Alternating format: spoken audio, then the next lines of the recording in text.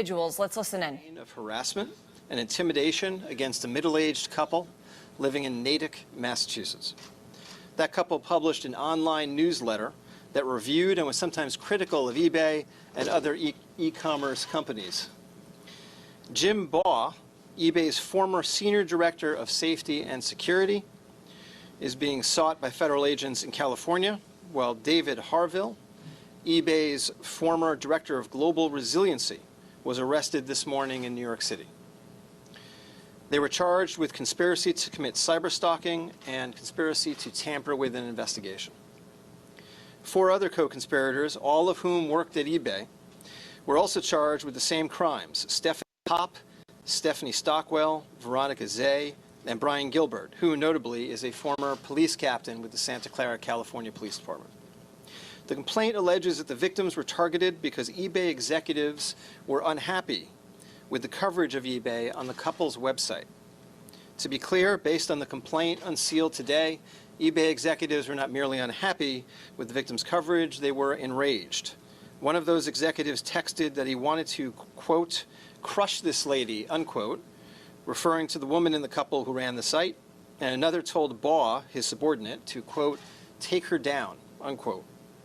The result, as alleged in the complaint, was a systematic campaign fueled by the resources of a Fortune 500 company to emotionally and psychologically terrorize this middle-aged couple in Natick, with the goal of deterring them from writing bad things online about eBay. The harassment scheme had 3 phases: sending disturbing deliveries to the couple's home in Natick day and night, sending the couple anonymous, threatening messages online, and actual physical surveillance in the Boston area. Starting in August 2019, Baugh directed Popp and Zay and others to set up anonymous email accounts, cell phones, and internet connections, and use them to send harassing and disturbing deliveries to the victim's home, all paid for with prepaid debit cards. These deliveries included fly larvae and live spiders, a box of live cockroaches, a sympathy wreath on the occasion of the death of a loved one, a book of advice on how to survive the death of a spouse, pornography mailed to their next-door neighbors but in the couple's names, a Halloween mask featuring the face of a bloody pig, and a pig fetus, which was ordered, but after an inquiry by the supplier, thankfully was never sent. Simultaneously, it is alleged in the complaint that Baugh and defendant Brian Gilbert had Stephanie Popp set up fake social media accounts from which they sent threats to the victims. The messages, laced with profanity, took credit for the deliveries and were intended to look like messages from people who actually sell on eBay and who disapproved of the couple's website's coverage of the company. I'm not going to read these publicly because they're really profane. They're quoted verbatim in the complaint that was unsealed today. I'll give you a mild example, one from a Twitter private message to the couple on August 7th, 2019, saying, quote, what it going to take for you to answer me? Guess I'm going to have to get your attention another way, bitch, close quote. Another tweet on August 10th came 14 minutes after the bloody pig mask was delivered to their residence. It said in all caps, quote, do I have your attention now? In the 3rd phase, Baugh, Harville, and others flew from California to Boston to physically surveil the couple at their home and around Natick, Massachusetts. This allegedly included trying to break into the couple's garage so they could install a GPS on their car. Before the trip, Baugh and others practiced installing a GPS on a Toyota RAV4 in the eBay parking lot.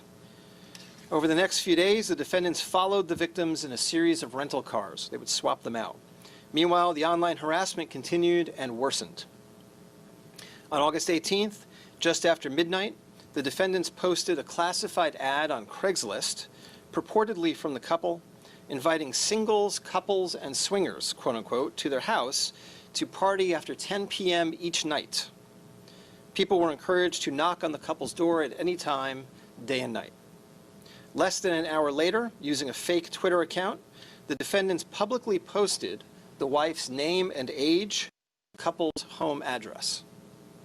According to the complaint, following weeks of this, Baugh next set in motion a strategy to manipulate the couple into believing that eBay was reaching out to help them stop the harassment campaign. This was an effort to earn the couple's trust by having one of the defendants, Brian Gilbert, call them as a representative of eBay and offer help in investigating the harassment campaign, which of course was being orchestrated by the defendants themselves. Gilbert called the victims on August 21st. Based on the complaint, he reported back to other co-defendants that they, quote, are totally rattled, unquote, and had referred Gilbert to the Natick police. He observed that while one of the victims was, quote, a bitch, unquote, the other was more receptive to his call. By the end of August 2019, the defendants, now aware that the Natick Police Department was investigating, turned their attention to deceiving the police. They allegedly fabricated internal eBay documents to create the appearance that for some time eBay had been concerned about seemingly crazy online criticism on the couple's website, including the false allegation that the couple had threatened the company's CEO. Further, as part of their strategy to manipulate and control the situation, defendant Gilbert also offered to talk to the Natick PD, to, of course, supposedly offer eBay's assistance. When Gilbert met with the police, he allegedly lied to them about the origin of the harassment campaign and his involvement in it. At one point, when several of the defendants feared that the Natick police might trace the harassment campaign back to California, they compiled a list of people living in the Santa Clara area who they might be able to frame for the harassment activity if needed. Defendant Baugh directed Stephanie Popp and Stephanie Stockwell to find suitable candidates in the Santa Clara area. Later, it's alleged the defendants also lied to eBay's in-house lawyers who were trying to figure out what was going on. Defendants Harville and Popp were interviewed by phone, both lying about their involvement. Popp then allegedly sat in on the phone interviews of other co-defendants to coach them about what to say to the in-house lawyers at eBay. Finally, to complete the picture, the group allegedly tried to delete all text and social media messages related to the scheme, but as you'll see in the complaint, failed to do so. This was a determined, systematic effort by senior employees of a major company to destroy the lives of a couple in Natick, all because they published content the company executives didn't like. For a while, they succeeded, psychologically devastating these victims for weeks as they desperately tried to figure out what was going on and stop it. I've said before that federal law enforcement has a role to play when people attempt to weaponize the internet to terrorize and coerce others. And here, that was done to protect a corporation's brand. I should note that once the scheme was uncovered, eBay was extremely cooperative with the investigation in helping state and federal authorities figure out what had happened and collect evidence of the crime.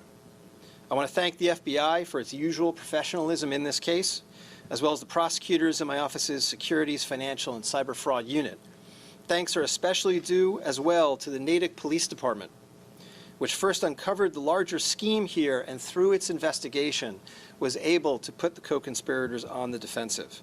This is a good example of something that should be blindingly obvious, which is that our local police actually do spend their time trying to keep our communities safe, like the victims here.